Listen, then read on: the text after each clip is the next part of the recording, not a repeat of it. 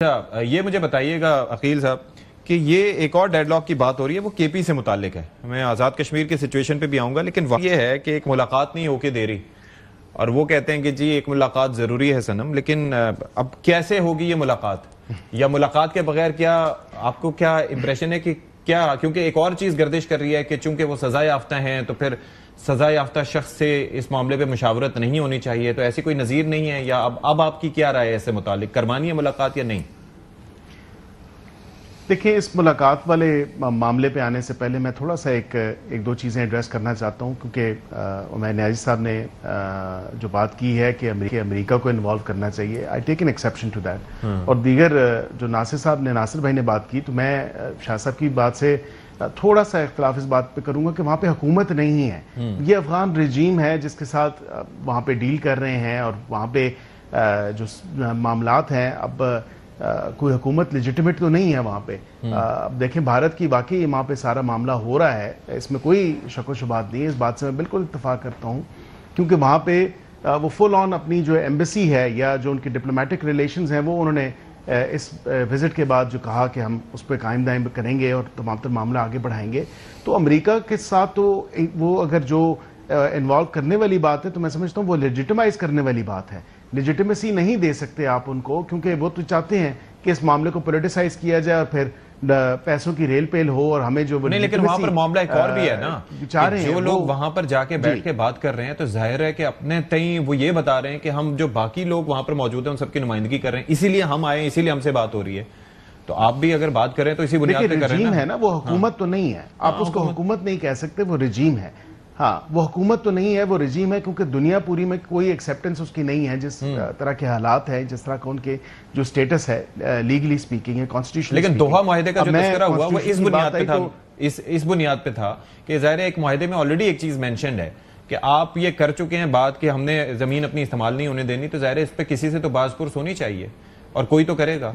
बिल्कुल, एब्सोल्युटली, और वो इन कंट्रोल तो अभी वही है, तो उसको हुकूमत कह के लेजिटिमाइज नहीं किया जा सकता, या इनका भी मतलब थर्ड पार्टी मीडिया वो जो बुलाएं आप थर्ड पार्टी गारंटर डाल के, तो फिर उनको लेजिटिमाइज करने वाली बात है। तो फिल वक्त तो ये बायलैटरल स्टेप है और बायलैटरल मामला है कि आप जो है अपनी जमीन इस्तेमाल होने दे रहे हैं हमारे खिलाफ और हमारी सरजमीन पे अटैक्स करवाने के। क्योंकि आपने कॉन्स्टिट्यूशन की बात की, तो आपके नाजरीन के बेनिफिट के लिए मैं एक कॉपी भी रखता हूं, और मैंने आज इसका मुताला भी किया कि गो कि मैं आइन और कानून का तालिब इल्म हूं, पर शायद मेरी नज़र से कोई ऐसा एक आर्टिकल इस आईने पाकिस्तान में से रह गया हो कि जिसमें शायद ये मैंडेट करता हो कि वजीर आला की मुलाकात जो है एक सजा याफ्ता मुलजम और मुजरिम से कराई जाए। तो मेरे नहीं ख्याल कि इसमें कोई ऐसी चीज है। आर्टिकल 129 और 130 है जो चीफ मिनिस्टर और कैबिनेट के मामलात के हवाले से है, और मैं पहले भी इसका जिक्र कर चुका हूं कि इसकी कोई लेजिटिमेट रीजन नहीं है।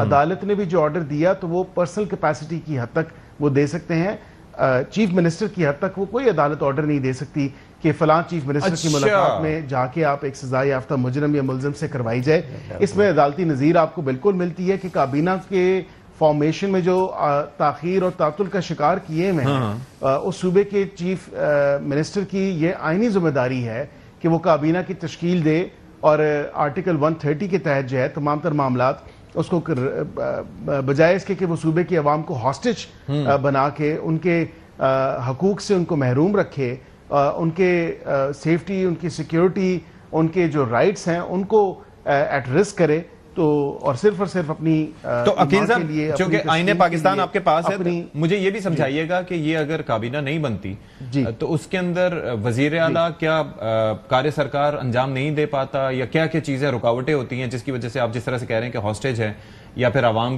के मामलात नहीं सॉर्ट हो रहे, वो किस बुनियाद पे है?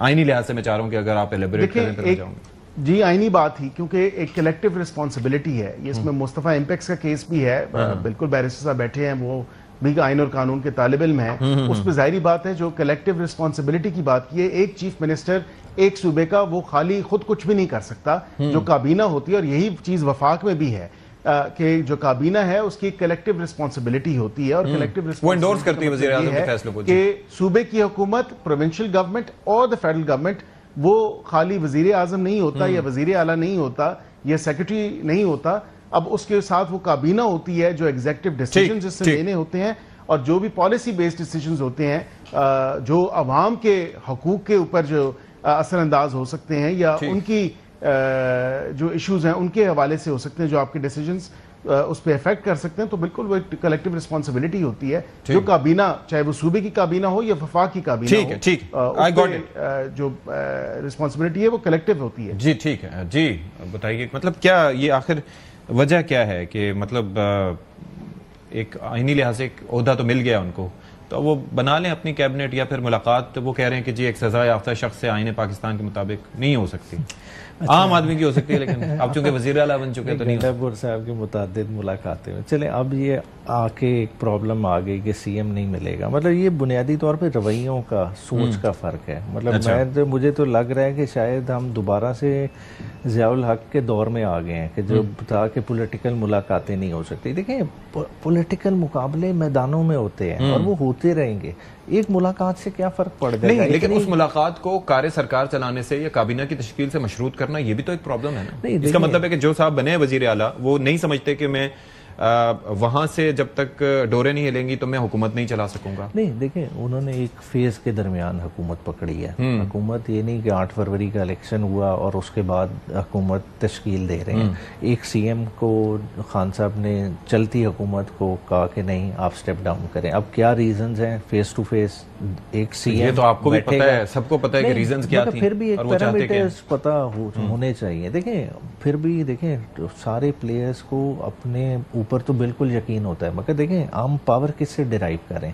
हर किसी ने अपनी लिमिटेशंस देखनी है ना। अगर कोई पीपल्स पार्टी में बैठा है, कोई नून लीग में बैठा है, वो अपनी पार्टी लीडरशिप की तरफ देखता है। हर कोई पार्टी टिकट के मरूने मिन्नत है, पार्टी की स्ट्रेंथ पे आया हुआ है ना। कोई आज़ाद हुकूमत तो नहीं बनी हुई कि आज़ाद जीत के आए, अपने वोट पे आए, फिर अपने फैसले कर लें। बात है कि एक पैरामीटर्स अगर तय हो जाएंगे, इसमें इनके लिए भी आसानी है, बाकियों के लिए भी आसानी होगी। ठीक। नासिर शाह साहब, आपके गवर्नर हैं जिस सूबे में और वहां पर ये मामला सारे चल रहे हैं, तो आपकी राय क्या है मुलाकात से मुतालिक? आप क्या राय देना चाहेंगे इस पे? होनी चाहिए, नहीं होनी चाहिए? काबीना की तश्कील मशरूत होनी चाहिए, नहीं होनी चाहिए? देखिए हमारे जी बिल्कुल, देखिए हमारे गवर्नर ने तो आईनी तौर पर या अदालती अहकामात पर उनसे हेल्प भी ले लिया। बिलावल साहब के कहने पे भी ही एक्सट्रीम की तरफ जा रहे हैं। मुलाकात में कोई हर्ज नहीं है। ओके जी बिल्कुल वो, लेकिन मैं अभी इस पे बताऊं कि मुलाकात में कोई हर्ज नहीं है और सुहेल अफरीदी साहब की मुलाकात होनी चाहिए। ओके। अब दूसरी तरफ सुहेल अफरीदी साहब भी चीफ मिनिस्टर बन गए हैं केपी के, अब उनको अपने फ़राइज़ जो हैं वो अंजाम देने चाहिए। उसमें चले ये भी है कि कैबिनेट कुछ दिनों तक वो नहीं बना सकते। आइन में कहीं ये नहीं लिखा कि फौरी तौर पर वो कैबिनेट बनाए, नहीं तो वो नाअहल हो जाएंगे। उसमें कुछ टाइम है, बना सकते हैं, लेकिन जाहिर है अगर फैसले करने होंगे तो वो कैबिनेट का फैसला होता है, जिसको कहा जाता है कि ये गवर्नमेंट का फैसला है। तो इसमें तो वकील साहब सही फरमा रहे हैं, लेकिन वैसे कोई कदगन नहीं है कि अगर महीना डेढ़ दो वो वन मैन शो भी चला सकते हैं अकेले ही सुहेल साहब सारे डिपार्टमेंट, क्योंकि सेक्रेटरीज तो हैं सारे डिपार्टमेंट के और वो काम वाम तो हो रहा होगा, वो खुद उसको देख सकते हैं, चीफ सेक्रेटरी साहब भी हैं वहां पे। लेकिन वजीर आला के फैसलों पर या जैसे हम पहले भी देख रहे हैं कि कैबिनेट की एंडोर्समेंट भी तो एक चीज होती है ना, वो भी जरूरी होती है।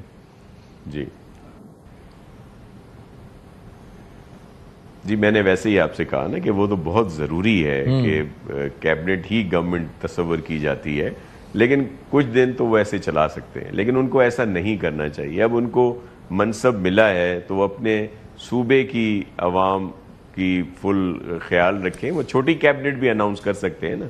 चले बड़ी कैबिनेट में इशू होगा कि जी खान साहब ने अप्रूवल देना होगा, किसी के लिए मना करेंगे, किसी के लिए हाँ करेंगे, लेकिन कुछ लोग तो उनको पता है ना जो करीबी हैं जिनको वो बना सकते हैं, तो चीफ मिनिस्टर साहब को भी वो कैबिनेट बना लेनी चाहिए, लेकिन उनकी मुलाकात भी होनी चाहिए, उसमें भी कोई हर्ज नहीं है। और सीएम साहब अपना काम करें अपने बेहतरी के लिए, अपने सूबे के लिए, और ख़ास तौर पर अकेली प्रोविंशियल गवर्नमेंट ये जो दहशत गर्दी लॉ एंड ऑर्डर की सिचुएशन है उसको अकेली टैकल नहीं कर सकती। उसको वफाकी हुकूमत, लॉ इन्फोर्समेंट एजेंसीज और इन सब की ज़रूरत है, क्योंकि वहाँ के हालात बड़े ही गमगीर हैं, बड़े परेशान कुन हैं, तो उनको अपने सूबा का ख्याल रखना चाहिए। अच्छा, अकील मलिक